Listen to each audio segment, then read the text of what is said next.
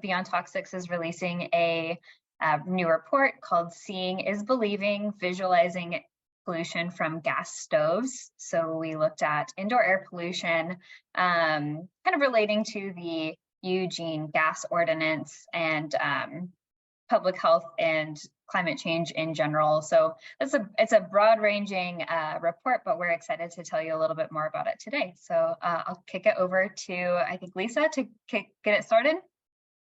Thank you, Emily. Hello, my name is Lisa Arkin. I'm the Executive Director of Beyond Toxics. And I would just like to kick this off by saying that it was important to Beyond Toxics to bring some data to all of the discussions that are happening in our community right now around the use of gas appliances.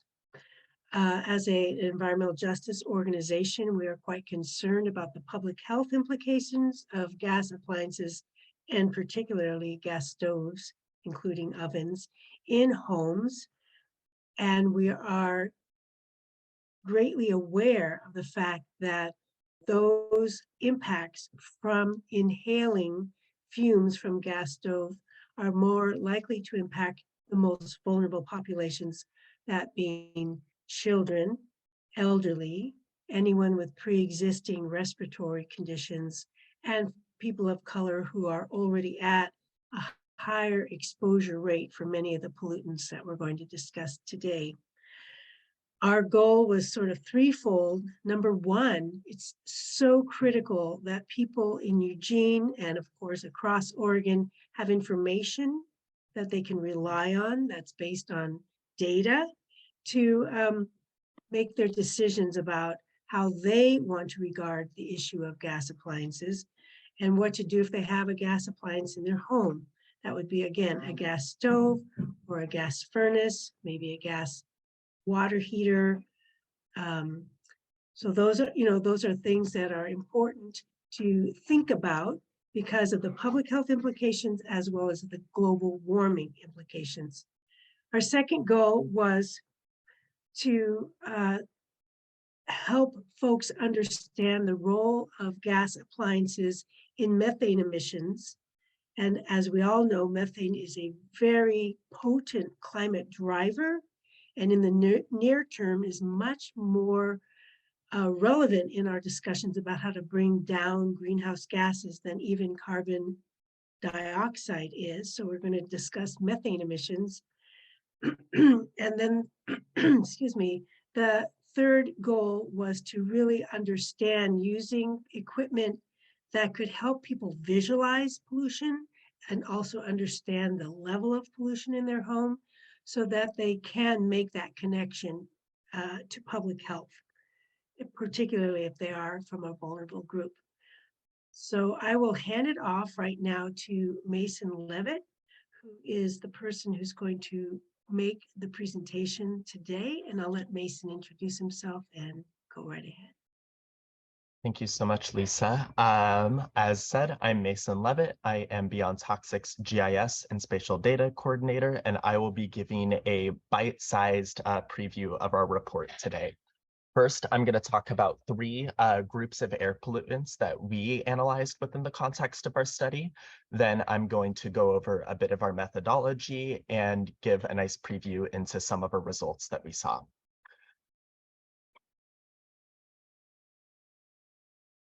All right, so the three primary air pollutants of concern that we decided to analyze and visualize within the context of our report is first nitrogen dioxide, followed by volatile organic compounds, and then hydrocarbons, primarily methane. Nitrogen dioxide is part of a group of pollutants collectively referred to as NOx. NOx pollutants have various different health effects. Some of them are really potent climate drivers, and nitrogen dioxide is probably the most infamous of them right now within the context of our media and public health debates regarding gas stoves. The Rocky Mountain Institute found that 12.7% of childhood asthma could be attributed to gas stoves, primarily because of nitrogen dioxide's effect on respiratory systems. Lin et al. And Lee et al. Found that increases in nitrogen dioxide as small as 15 parts per billion were found to correlate with statistically significant increases in asthma symptoms in children. Belanger et al. Found that if background levels of nitrogen dioxide were at 6 parts per billion, or ppb, and there was an increase of 5 parts per billion in NO2 above that background level, that would also constitute statistically significant thresholds for increased asthma symptoms in children. The second group of pollutants is referred to as volatile organic compounds, or VOCs, and there are many different molecules that fit inside this umbrella term. As a group, they tend to move far and wide from their source of pollution and then interact with the atmosphere and sunlight and break down into ground level ozone. Ground level ozone and nitrogen dioxide are 2 of 6 pollutants regulated by the Federal Cleaner Air Act, which regulates outdoor air pollution. In the United States, we do not measure or regulate indoor air pollution at all. Ozone is also noted to contribute to respiratory illness and exacerbate asthma and have ill health effects for all ages. However, each volatile organic compound has health effects of their own before they break down into ozone. Researchers at Harvard, C. Michanowicz et al. 2022, found 21 different volatile organic compounds emitting from gas stoves while on and off, all of which were federally hazardous air pollutants regulated by the EPA when in outdoor environments. One of the most prominent of these is benzene, which is known to cause blood cancer and slowly accumulate in the human body over time, even at low chronic thresholds. Toluene, xylene are other notable carcinogens that are volatile organic compounds, as well as formaldehyde, which is also known to cause cancer and contribute to respiratory illness and lower respiratory infection in infants. The third and last group of molecules we analyzed were hydrocarbons, the most famous of which people all know is methane. Hydrocarbons are a group of pollutant molecules characterized by having carbon atoms and hydrogen atoms. When they are broken up and combusted through a spark, they release energy in the form of heat, which effectively cooks our food, as well as heats our homes, as well as a variety of other applications. Methane comprises 85 to 95% of natural gas, followed by heptane, pentane, and butane. Propane is another hydrocarbon that you all have likely heard of. The National Cancer Institute has warned that some hydrocarbons are likely to be associated with cancer, and WHO has noted that hydrocarbons, primarily methane, are going to contribute to 20 and 25% of climate change emissions, depending on the timescale you are looking at. They would also note that climate change in of itself contributes to food shortages, variations in water supply, as well as leads to climate disasters that impacts people's livelihoods and safety and their housing. It's also, climate change is also noted to increase the transmission of vector-borne illnesses. So climate change has a lot of impacts on social determinants of health and is a worrisome for public health implications as well. Liebel et al. Found in 2022 that gas stoves leak 0.8 to 1.3% of methane without burning it while they are both on and off. That is equivalent to when you look at the 40 million gas stoves in the United States, that's equivalent to about 500,000 gasoline-powered vehicles. And those climate impacts are to say nothing of the process of fracking to get that natural gas to begin with, which releases a lot of methane and other climate drivers into the air, as well as the transportation system of pipes that is required to get that gas from the source of production to the source of use in residential homes, which is also noted to leak and have several problems of its own contributing to climate change.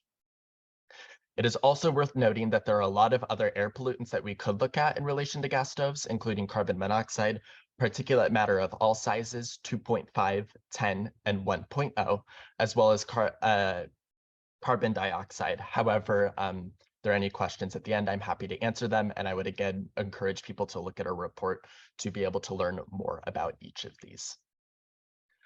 We used 2 primary pieces of equipment when we went into 13 participating households. We used a GF320 Teledyne FLIR camera, which is short for forward-looking infrared camera. It uses infrared technology as well as a special spectrum filter in order to visualize certain air pollutants that come from gas stoves. Usually these cameras are used in the fossil fuel industry, typically in the collection and distribution process of fossil fuels. However, we decided to bring them into people's houses to see what we saw when looking through them at gas stoves.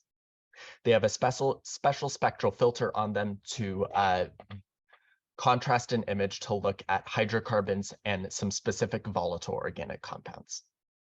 We also brought a Flow2 air quality monitor, which is capable of measuring nitrogen dioxide as well as volatile organic compounds in the air. First, we will detail some of the FLIR camera results, and then we will look at some of the Flow2 results. Here is a diagram that breaks down the camera footage. On the left, you all can see what you typically see when you look at a gas stove with your naked eye. You see the grill and the blue flame, as symbolized by A. In this photo, we can see the outlines of the grill, and right here is the burner while it's on. In the middle, we have what's called an exothermic combustion reaction, which is what happens when hydrocarbons like methane are put out, lit by a spark, and combine with oxygen. They release energy in the form of heat, which is where the name exothermic reaction comes from. That cooks our food. But also in that process, various toxic pollutants are formed, which then float up into the air as symbolized by C in this large plume. With this camera mode, we can see NOx, nitrogen dioxide, CO2, carbon monoxide, as well as volatile organic compounds, including formaldehyde. In C, we are using what's called the camera's auto mode, which uses that special spectral filter I referred to earlier. We have the same gas stove down here, outlined by the grill, and then we have that same exothermic combustion reaction outlined in B. However, you can see some vapors emerging from that cloud, from that exothermic reaction. And those vapors are the specific pollutants that the camera is rated to measure, including unburned methane. Believe it or not, when your gas stove is on, it doesn't successfully burn all of the natural gas that comes through it. Some of it escapes into the air. It also is visualizing volatile organic compounds, including benzene, ethylbenzene, heptane, hexane, toluene, and xylene. Some of those I talked about earlier, but the important thing to note is these are all federally hazardous volatile organic compounds that the camera is rated to see that we know comes from the use of gas stoves, thanks to those Harvard researchers. And now we have some live footage of it in real time. As you can see, we're using the high sensitivity mode. We have the burner down there and the flame is on. We just switched to auto mode. You guys can see the vapors coming off the top, and we're going to switch back to high sensitivity mode. Here is a vent in this person's household. Someone's going to lean in quickly and turn on the vent. And as we're going to see, a lot of the pollution actually still escapes off to the side, off of here. And we found this to be common in a lot of the households that we looked at. The vents didn't successfully pull up a lot of the pollutants emanating from the gas stove. The next set of results that we looked at were the Flow2 air quality monitor results. Here up top, we have a graph of nitrogen dioxide in the dotted line, and right below it, we have volatile organic compounds. We have notable timestamps from this participant's households, including when we turned on the oven, the stove, turned the stove off, opened the oven door, and left the house. As you all can see, the NO2 started off in what's called the healthy range. In a perfect world, all of our exposure to NO2 would fall within this range averaged over the course of a year. However, as we turned on the oven, you guys can quickly see that it increased to this pale yellow, which results in chronic harm to vulnerable populations, especially people with pre-existing asthma and other respiratory conditions, and people who are already burdened with increased exposure to pollution. Very quickly, by the time we turn on the stove, we can see that it goes into this orange level. And in this orange level, we would advise, the World Health Organization would have advised that everyone, including people who have no history of respiratory illness, be exposed to this level for no more than an hour. However, we quickly blow past this limit right into the red, which the World Health Organization recommends no one is exposed to for any amount of time whatsoever, especially vulnerable populations. Everyone is likely to experience symptoms. Multiple participants and Beyond Toxic staff members who don't normally have gas stoves in their houses noted during these times that they felt a little bit more lightheaded or had a bit more trouble breathing. However, we, again, quickly blew past those thresholds straight into what this purple level, which the plume refers to as airpocalypse. And this is a level that they would advise you leave the building. And if you can't leave, minimize your breathing as much as possible. Sit down. Don't do any physical exertion that's going to increase the amount of breathing that you need to do, and minimize your exposure to this as much as possible. No one should be exposed to these levels of nitrogen dioxide. It's worth noting that this kitchen was a bit smaller. It was in an older home. And because it was an older home, that person didn't have any ventilation inside of their house. And when talking to that homeowner about it, they mentioned that it would cost them tens of thousands of dollars to install a vent in order to start venting the air pollution. Which even then, scientists note that a vent is not a fix-all. They can get rid of anywhere from 15 to 95% of air pollutants, depending on the model and depending on the setup. So vents aren't a perfect solution, but they can definitely help mitigate the amount of air pollution people are exposed to. Down below here, we have volatile organic compounds. I'm happy to answer questions on this, but I would refer to a report. We declined to make any health impact claims on this because there are so many different types of volatile organic compounds, and we don't know which exact ones are in the air and the amount of each of them. However, we can clearly see that as ovens and stoves are turned on, there is a noticeable increase. And we do know through other research that a lot of these volatile organic compounds that come from natural gas stoves contribute to cancer and neurotoxins and other problems in the human body. Overall, we separated our results into kind of two groups. One, households with gas ranges and electric ovens. We saw a 6.6 parts per billion increase in NO2 on average, and we saw a 62.4 parts per billion increase average for volatile organic compounds. In houses with a gas range and a gas oven, we saw an increase of 107.4 parts per billion in NO2, which I would note the EPA recommends individuals are not exposed to 100 parts per billion for more than an hour, although this is in the context of outdoor air pollution. We also saw an increase of 74.7 parts per billion in VOCs. 9 of 13 houses had an increase of 5 or greater parts per billion in NO2 from background levels of 6 parts per billion, which is a statistically significant threshold for correlating with increased asthma symptoms in children I mentioned earlier. 5 of 13 households reached this orange level of air pollution, which is not recommended to be exposed to more than an hour. 3 of those houses reached the red, and one of the houses, the one we're looking at right now, reached this purple threshold.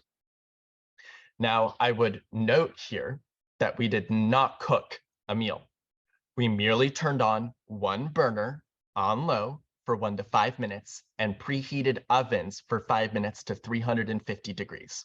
So we did not cook a meal, which would typically involve maybe multiple burners, increasing the oven to higher temperatures for longer periods of time. We just conducted a very limited study, and within that limited context, we already saw several thresholds for public health impacts breached in several capacities. In the future, we do hope to do more research about this, including cooking actual meals with residents in order to gauge some more accurate increases in these worrisome air pollutants. With that, I'd love to open us up to questions. And here are some of the references that we consulted. But again, I would encourage everyone to go and read the whole report in order to get a lot more information and learn a lot more about the context of our study.